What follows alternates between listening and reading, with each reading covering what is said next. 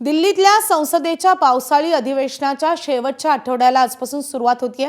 केंद्रीय गृहमंत्री अमित शहा आज लोकसभेत दोन महत्त्वाची विधेयकं सादर करतील। यामध्ये केरळ राज्याचं नाव बदलून केरळम करण्याची तरतूद करणारं विधेयक आणि राष्ट्रीय सहकार विकास महामंडळ कायद्यात सुधारणा करणारं विधेयक यांचा समावेश आहे। दरम्यान दिल्लीत विद्यार्थ्यांवर झालेल्या पोलिसांच्या लाठीचार्ज प्रकरणी अमित शहा यांनी संसदेत निवेदन द्यावं या मागणीसाठी विरोधकांकडून संसदेत गेल्या 2 आठवड्यांपासून गदारोळ सुरू आहे आणि त्यामुळे आज तरी संसदेचं कामकाज पार पडणार की पुन्हा गोंधळातच दिवस जाणार हे पाहणं महत्त्वाचं असेल।